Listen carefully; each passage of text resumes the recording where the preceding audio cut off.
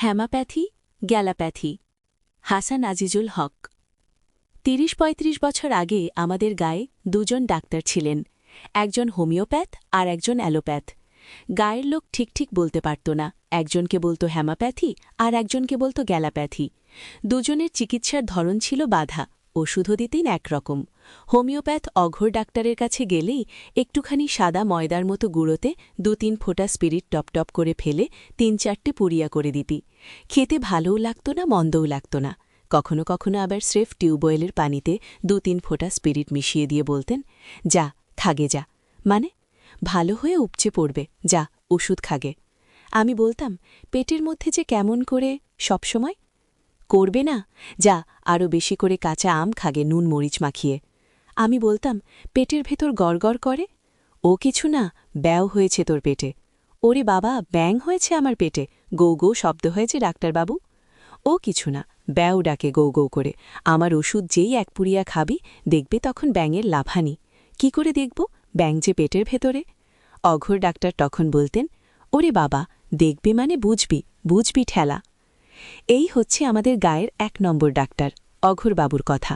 এইবার ২ নম্বর তোরাব ডাক্তারের কথা বলি। আগেই বলেছি, ইনি ছিলেন অ্যালোপ্যাথ ডাক্তার। কি করে যে তিনি ডাক্তার হয়েছিলেন কেউ জানে না। শোনা যায়, বাল্যকালে তিনি নাকি এক বড় ডাক্তারের ইকো সাফ করতেন। সে যাই হোক, তোরাব ডাক্তারের একটা ছোস্ট শেয়ালে রঙের বেতো ঘোড়া ছিল। তার সামনের পা দুটি ছাদনা দড়ি দিয়ে বাঁধা থাকত প্রায় সময়। এই বাধা পা নিয়ে লাফিয়ে লাফিয়ে গায়ের আশেপাশে চড়ে বেড়াত ঘোড়াটা। কারো ক্ষতি করতে দেখেনি কোনোদিন। বাইরের গায়ে কল থাকলে তোরাব ডাক্তার ঘোড়াটার পিঠে একটা চটের বস্তা চাপিয়ে তার উপর বেশ জুত করে বসতেন। তিনি নিজে জুত করে বসতেন বটে, কিন্তু ডাক্তারের দেহের চাপে ঘোড়াটির শিরদিরা বাঁকা হয়ে যেত। তারপর হটর হটর করে সেই বেতো ঘোড়া মাঠের মধ্যে দিয়ে আলপথ ধরে রোগীর গায়ের দিকে এগোত। তোরাব ডাক্তারের দেহের কাঠামো ছিল বিরাট, কিন্তু কেমন যেন লোনা ধরা চওড়া হাতের কজি। এই চওড়া মুখ, গালের উপরের দিকে ২ উঁচু হাড় যেন চামড়া ধ্যাবড়া, পাজোড়া ছিল ফাটা, লোহার ডান্ডার মতো শক্ত কালো কালো মোটা মোটা আঙুল। দেখলেই পিলে চমকে যেত। লোকে বলতো, তোরাব ডাক্তারকে দেখলেই রোগ পালায়। তা এরকম চেহারা দেখলে কি আর রোগ থাকতে পারে? তোরাব ডাক্তার খালি ডাক্তারই করতেন না, কিন্তু নিজের হাতে হাল চাষ করতেন। বর্ষা আর শীতের সময় ডাক্তারের ধার ধারতেন না তিনি। বর্ষাটা হচ্ছে চাষবাসের সময়, আর শীতকালটা হচ্ছে ফসল কাটার মরশুম। এই ২ মরশুমে তোরাব ডাক্তার সারা দিনই থাকতেন মাঠে। নিজের একজোড়া রোগা বুড়ো বলদ দিয়ে জমি চষছেন, না হয় নিজের হাতে ধান রুইছেন। এই সময় রুগী মরে গেলেও তোরাব ডাক্তারকে পাওয়া যাবে না। বর্ষা আর শীতে গায়ের লোকদের রুগী হয়ে শুয়ে থাকার কোনো উপায় নেই। এই ২ সময়ে কাজ করতে না পারলে পেটে ভাত জুটবে না। কাজেই রোগ টোগ সব শিকে তুলে রেখে দিতে হতো তাদের, বাধ্য হয়ে। তারপর শরৎকাল এলে তোরাব ডাক্তারের মোটামুটি অবসর হতো, আর গায়ের লোকদেরও রুগী হয়ে শুয়ে থাকার একটু আটটু মৌকা মিলত। এই সময়ের জন্যেই যেন পেতে থাকত ম্যালেরিয়া জ্বর। বাঘ যেমন গুটি গুটি, তেমনি করে ম্যালেরিয়া জ্বর এসে গিয়ের গরিব লোকদের উপর ছাপিয়ে পড়ত। এটা ঘটত আশ্বিন মাস থেকে। ম্যালেরিয়ার মতো বাঘা জ্বর তখন আর কিছু ছিল না। ঘরে ঘরে মানুষ ছেঁড়া কিথা, ন্যাকড়া, তেনা গায়ে চাপিয়ে কোঁকাত। আর সে কি কিপুনি! কিপুনি থামাবার জন্যে পাথরের জিতা পর্যন্ত গায়ে চাপাতে দেখেছি। এই সময়টাই ছিল তোরাব ডাক্তারের মজা। ঘরে ঘরে লোক ম্যালেরিয়া জ্বরে থুকছে। চিকিৎসার জন্যে তোরাব ডাক্তার ছাড়া গতি নেই। ম্যালেরিয়া পুরনো হয়ে গেলে কিছুতেই সারতে চায় না। পেটের মধ্যে পিলে উঁচু হয়ে ওঠে, হাত পা হয়ে যায় প্যাকাটির মতো সরু। তোরাব ডাক্তারের এইরকম অনেক পিলে ওঠা পুরনো ম্যালেরিয়া রোগী ছিল। রোগের আর একটা সময় ছিল চৈত বৈশাখ মাস। এই সময়টাই কলেরা আর বসন্ত হয়ে গ্রামকে গ্রাম সাফ হয়ে যেত। গিয়ে কলেরা লেগেছে শুনলে আনন্দে তোরাব ডাক্তারের চোখ চকচক করে উঠত। ম্যালেরিয়া আর কলেরার সব রোগী তোরাব ডাক্তারের এখানে। অঘোর ডাক্তারের কোনো ভাগ ছিল না। জ্বর হলে, সর্দি হলে, বেশি খেয়ে বা অখাদ্য কুখাদ্য খেয়ে পেট ছেড়ে দিলে লোক অঘোরাঘাত। পয়সা দিতে না পারলে ধারেও দিতেন। এমনকি একটা লাউ বা দুটো শশা নিয়ে গেলেও তিনি রোগী ফেরাতেন না। অঘোর ডাক্তারের চাষবাসও ছিল না, ভীম গিয়ে কলে যাওয়ার ঘোড়াও ছিল না। হোমিওপ্যাথি ওষুধ রাখার জন্য একটা কাঠের বাক্স ছাড়া চিকিৎসার সরঞ্জাম বলতে আর কিছুই ছিল না তার। তবে ওরকম বাক্যবাগী শ্লোক লাখে একটা মিলবে কিনা সন্দেহ। বেলা ৮টার সময় তিনি ঝকঝকে একটা পেতলের গাড়ুম হাতে মাঠ থেকে প্রাতকৃত্য সেরে রুগীদের বসিয়ে রেখেই তার বৈঠকখানার উঁচু দাওয়ার একদিকে পরিষ্কার করতেন। সার্গিয়ের লোক টের পেত অঘোর ডাক্তার মুখ হাত ধুচ্ছেন। একদিকে হাত মুখ ধোয়া চলছে, অন্যদিকে কথার তুবড়ি ছুটছে তার মুখ দিয়ে। তোরাপের কাছে যা, না তা তো যাবি না। গেলে যে বেটা কসাই ঘাটটি মোটকে তাজা রক্ত খাবে তোদের। বলি, এ কি ডাক্তারি বল দেখিন তোরা? তুই বললি আমার অসুখ করেছে, আর অমনি তোরা ভয় ছুরি বার করবে, না হয় কোদাল বার। একজন রুগী হয়তো বাধা দিয়ে বলল, না না ডাক্তারবাবু, তোরাব ডাক্তার আবার কোদাল কুড়ুল কবে বার করলে? এ হল লাঙলের ফালের মতো ছুঁচওয়ালা একটা বোতল বার করল। কি না, ইঞ্জেকশন দেব, গলা কাটব, মারব, ধরব। তারপর ওষুধ চাও, দেবে তোমাকে ১ বোতল পিসেচের রক্ত। ওয়াক্থু, যেমন দুর্গন্ধ তেমনি বিচ্ছিরি সোয়াদ। ছা ছা ছা। আর আমাদের হোমিওপ্যাথ কি করছে? বাঘ যেমন ভেড়ার পাল তাড়িয়ে নিয়ে যায়, ঠিক তেমনি করে একটি পুড়িয়ার আমার এই ওষুধ তোমার পায়ের আঙুলের ডগা থেকে জীবাণু বাবাজিদের খেদাতে খেদাতে মাথার চুলের ডগা দিয়ে বার করে দিচ্ছে, অথচ তুমি জানতেও পারছ না। এই রকম তোড়ে বক্তৃতা করতেন অঘোর ডাক্তার। পয়সা কম লাগে বলেই হোক যাতায়াত করত। রুগী না পেলে তোরাব ডাক্তার রাগে গজগজ করতেন। ও ব্যাটা অঘোরের সব ওষুধ আমি একবারে ছাব, আমার কিছুই হবে না। আর ও খাক দেখিনি আমার ১ শিশি ওষুধ, দেখ কি হয়। ১ শিশি খেলে? তোরাব ডাক্তার জিজ্ঞেস করতেন, তারপর নিজেই জবাব দিতেন, জামা কাপড় খারাপ হয়ে যাবে, গাড়ু হাতে ঘর বার করতে করতে জান নিকলে যাবে। আপনার ওষুধে বিষ আছে সবাই জানে। এই কথা শুনে রাগে তোরাব ডাক্তারের মুখের চেহারা একেবারে গরিলার মতো। আছে? আছেই তো। বিষ ছাড়া ওষুধ হয়? ইগনোরেন্ট কোথাকার। নিয়ে আয় তোদের অঘোর ডাক্তারকে, একটি ডোজে তাকে ১৪ ভুবন দেখিয়ে দেব।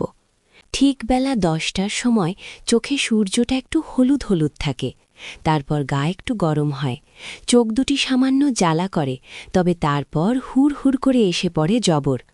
সঙ্গে সঙ্গে কি পিপাসা! ঘটি ঘটি পানি খেয়ে পিপাসা কমে না। পানি পেটে গিয়ে গরম হয়ে যায়, তারপর গাটা গুড়িয়ে ওঠে, তারপরেই বমি। বমি হয়ে গেলেই আবার পিপাসা, আবার ঘটি ঘটি পানি খাওয়া, তারপর আবার বমি।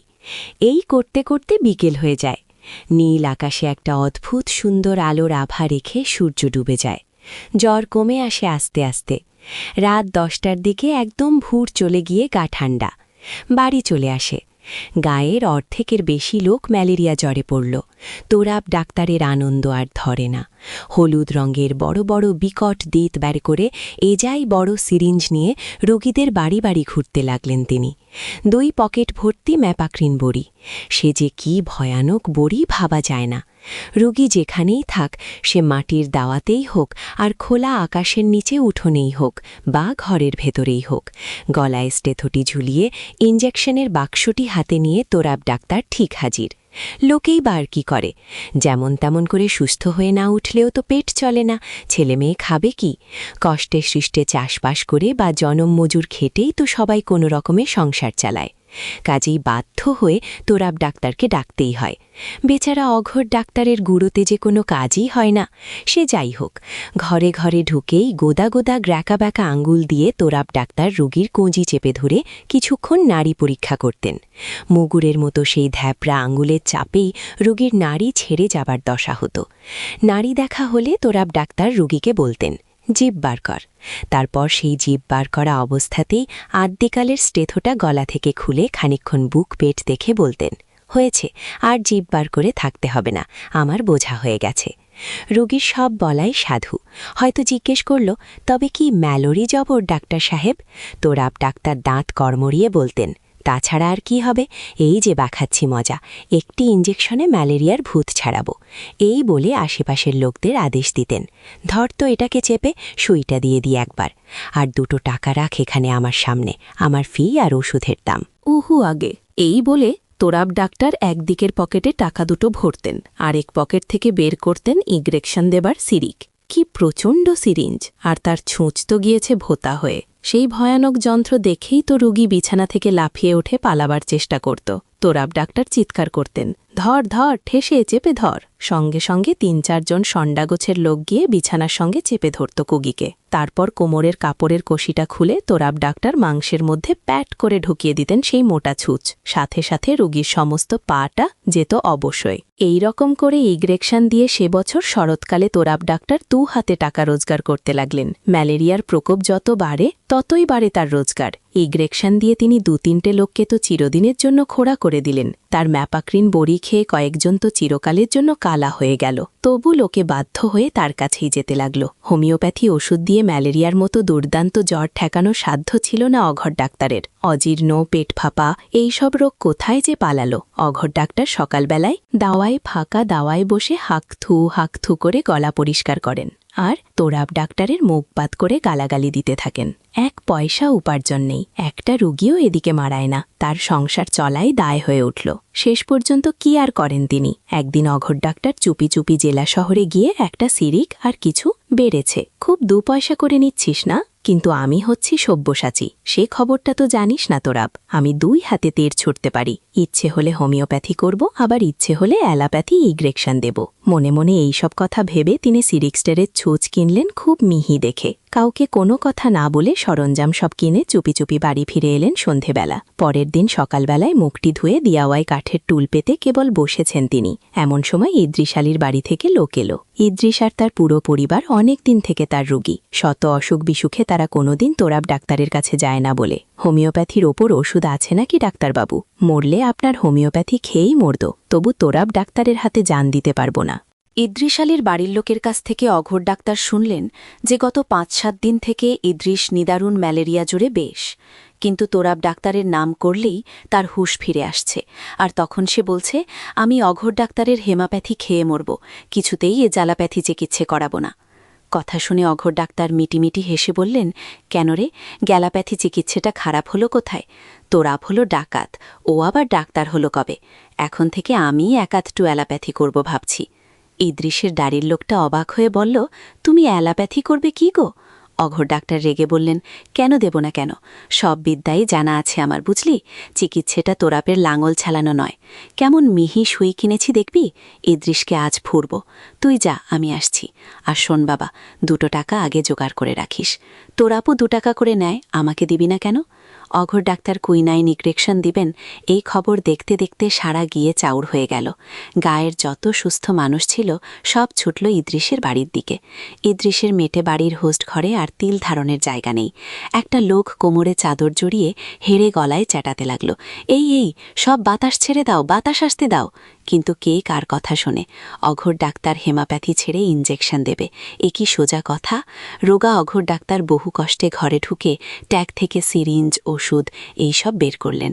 লোকজনের দিকে তাকিয়ে তার 2 হাঁটু থরথর করে কাঁপতে লাগল। মুখে অবশ্য তিকলি করলেন, ভিড় কমাও, আলো আসতে দাও তোমরা। এই কথা বলে বনু কষ্টে সিরিঞ্জের মাথায় ছুঁচ লাগালেন। তারপর ওষুধ ভরে রোগীর দিকে এগিয়ে গেলেন। ঠিক এই সময় জ্বরের ঘোর ভেঙে জবা ফুলের মতো গোল 2 চোখ মেলে ইদ্রিস বলল, ডাক্তারবাবু, শেষে আপনারই কাজ? এই বলে ইদ্রিসকে একটু ধর।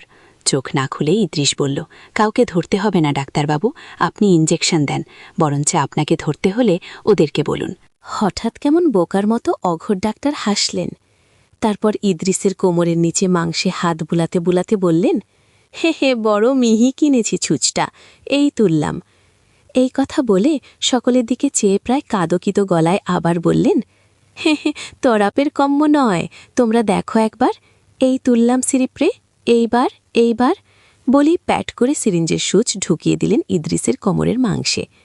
হাত কাঁপতে লাগল তার। বারবার বলতে লাগলেন, গভীর করে ফুঁড়তে হবে, গভীর করে ফুঁড়তে, এই যা। পট করে একটা আওয়াজ উঠল আর হাহাকার করে উঠলেন অঘোর ডাক্তার। হায় হায়, ছুঁচ ভেঙে গেছে, ছুঁচ ভেঙে গেছে, গেল গেল, সর্বনাশ হলো, হায় হায়। ছুঁচটা তখন মাংসের ভিতরে ঢুকে যাচ্ছে।